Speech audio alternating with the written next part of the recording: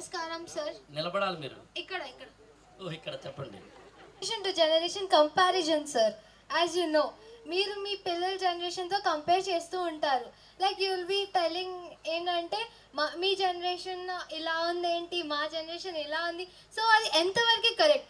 ఏ జనరేషన్ని ఫాలో అవ్వాలి, ఏ generation is correct to follow, what exactly it impacts?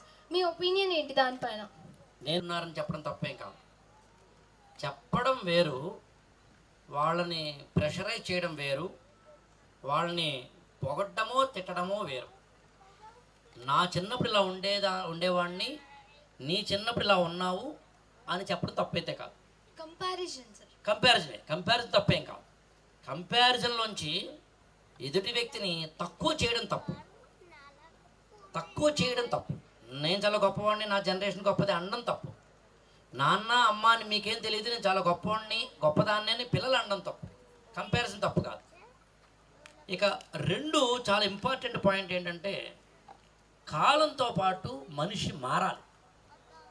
కాబట్టి తప్పేం లేదు. పిల్లల్ని అనద్దు. కానీ ఎప్పుడైనా, ఐ రిపీట్, ఎప్పుడైనా ధర్మం ఒకటే, ఎప్పుడైనా సత్యం ఒకటే, ఎప్పుడైనా నిజం ఒకటే. ధర్మము అంటే నువ్వు చెయ్యాల్సిన పని అని అర్థం, ఇంకేం కాదు.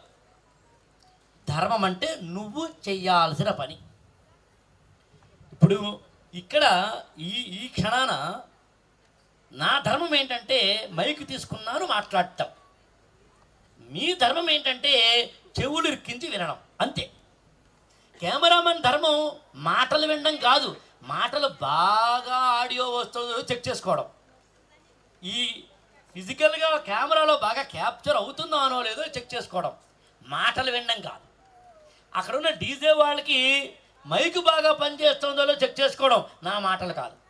అంటే నువ్వు ఏ పని చేయాలో ఆ పని చేయడమే ధర్మం. కాలేజీకి వెళ్ళే కుర్రాడికి ధర్మం ఏంటంటే చదువుకోవడం. అందుకని నీ ధర్మాన్ని నువ్వు పాటించడానికి ఎప్పుడైనా ఒకటే. ఆ కాలంలో కృష్ణుడి ధర్మం, అంతకు ముందు కాలంలో రాముడి ధర్మం. అందునే రాముడు తన జీవితంలో ఎలా బతకాలో చూపించాడు, కృష్ణుడు తన కాలంలో ఎలా బతకాలో చూపించాడు. అలా ధర్మం అంటే నువ్వేం చేయాలో చేయడం. ఇకపోతే